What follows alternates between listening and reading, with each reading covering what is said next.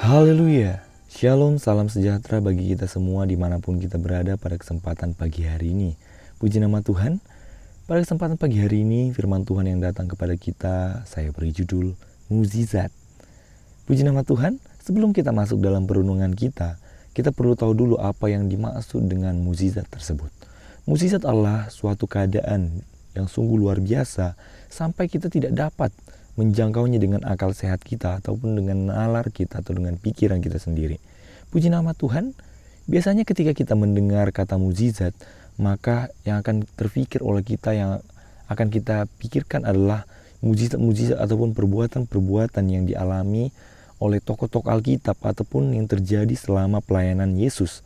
Ya, tapi pada kesempatan pagi hari ini, kita tidak akan melihat mukjizat yang terjadi di Perjanjian Baru, tetapi mukjizat yang terjadi di Perjanjian Lama. Mari sama-sama kita buka Alkitab kita lihat firman Tuhan dalam 2 Raja-Raja pasal yang ke-20 ayat yang ke-4 sampai ke-6 saya bacakan bagi kita semua. Tetapi Yesaya belum lagi keluar dari pelataran tengah, tiba-tiba datanglah firman Tuhan kepadanya. Baliklah dan katakanlah kepada Hizkia, raja umatku, beginilah firman Tuhan Allah Daud, bapa leluhurmu. Telah kudengar doamu dan telah kulihat air matamu. Sesungguhnya aku akan menyembuhkan engkau. Pada hari yang ketiga engkau akan pergi ke rumah Tuhan. Aku akan memperpanjang hidupmu 15 tahun lagi. Dan aku akan melepaskan engkau dan kota ini dari tangan Raja Asyur. Aku akan memagari kota ini oleh karena aku dan oleh karena Daud hambaku. Puji nama Tuhan. Bila kita perhatikan, inilah kisah dari Raja Hizkia, di mana saat itu Nabi Yesaya menyampaikan apa yang menjadi firman Tuhan, yakni mengatakan bahwa ia akan mati dan tidak akan sembuh lagi. Namun pada akhirnya apa? Akhirnya Raja Hizkia memperoleh mukjizat yang sungguh luar biasa. Bukan hanya kesembuhan yang dia peroleh, tetapi juga yang diperoleh apa? Yakni memperoleh penambahan umur sebanyak 15 tahun lagi. Puji nama Tuhan. Namun yang menjadi pertanyaannya adalah, apakah mukjizat bisa datang begitu saja? Pastinya tidak. Lalu dari kisah Hizkia ini, apa yang dapat kita pelajari dan apa yang dilakukan oleh Hizkia sehingga ia memperoleh mukjizat tersebut? Oke, yang pertama yang dilakukan oleh Hizkia adalah berdoa. Kita lihat dalam ayat yang kedua dan ketiga dari pasal yang sama, demikian firman Tuhan. Lalu Hizkia memalingkan mukanya ke arah dinding dan ia berdoa kepada Tuhan. Tuhan, ingatlah kiranya bahwa aku telah hidup di hadapan-Mu dengan setia dan dengan tulus hati, dan bahwa aku telah melakukan apa yang baik di mata-Mu. Kemudian menangislah Hizkia dengan sangat. Ketika menerima berita buruk, yang pertama kali yang dilakukan Hizkia apa?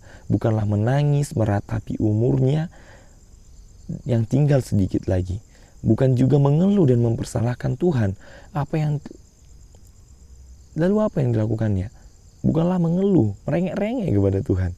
Yang lakukannya adalah pertama kali, yakni memalingkan mukanya ke dinding dan ia berdoa kepada Tuhan. Ya, dia meminta belas kasihan daripada Tuhan. Tapi apakah berdoa, ketika dia berdoa kepada Tuhan, maka mukjizat langsung timbul begitu saja? Dan apakah hanya dengan berdoa, ia langsung memperoleh mukjizat tersebut? Tentunya tidak. Lalu, apa lagi yang dilakukan oleh Hizkia? Yang kedua, yang dilakukan Hizkia adalah hidup benar di hadapan Tuhan. Poin yang kedua adalah Hizkia hidup benar di hadapan Tuhan. Kita lihat dalam 2 Raja-Raja pasal yang ke-18. Kita mundur pasal yang ke-18 ayat yang ketiga. Demikian firman Tuhan. Ia melakukan apa yang benar di hadapan Tuhan, tepat seperti yang dilakukan Daud bapa leluhurnya. Jadi jauh sebelum ia berdoa dan menerima mukjizat, yang dilakukan Hizkia itu adalah dia menjaga hidupnya untuk benar di hadapan Tuhan. Dengan cara bagaimana? Yakni dengan hidup setia, dengan tulus hati dan melakukan apa yang baik di mata Tuhan. Contohnya dalam ayat yang keempat dari pasal ini dikatakan bahwa dia yang menjauhkan bukit-bukit pengorbanan dan yang meremukkan tugu-tugu berhala dan yang menebang tiang-tiang berhala dan yang menghancurkan ular tembaga yang dibuat oleh Musa.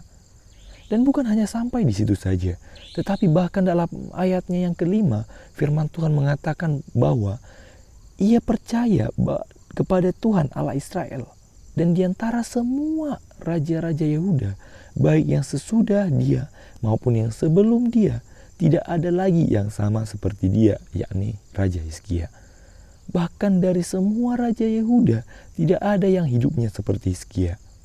Dan ini juga terbukti dari bagaimana kehidupan Hizkia ketika Sanherib mengepung Yerusalem. Yang dilakukan oleh Hizkia apa? Dia terus mengandalkan Tuhan. Dia begitu mengandalkan Tuhan. Dia berseru kepada Tuhan. Dia tidak berseru kepada Allah-Allah lain. Sehingga yang terjadi apa? Akhirnya Allah sendiri membebaskan Yerusalem, membebaskan Yehuda daripada kepungan Sanherib. Hal-hal inilah yang menjadi alasan mengapa Hizkia memperoleh mukjizat dalam kehidupannya. Hizkia adalah orang yang takut akan Tuhan. Hizkia adalah orang yang hidup benar di hadapan Tuhan. Bukan berarti itu yang menjadi alasan untuk dia tidak mengalami persoalan, untuk dia tidak mengalami ujian dalam kehidupannya. Orang tidak percaya maupun orang percaya pastinya tetap mengalami persoalan. Tapi bedanya apa? Bedanya adalah kita orang percaya akan ada pengharapan, ada kekuatan, ada janji keselamatan yang daripada Allah bagi setiap kehidupan kita. Ketika kita tetap berserah penuh dan terus percaya kepada Tuhan. Oleh karena itu Bapak Ibu Saudara terkasih dalam nama Tuhan, mungkin banyak persoalan, mungkin banyak pergumulan yang terjadi dalam kehidupan kita pada saat ini.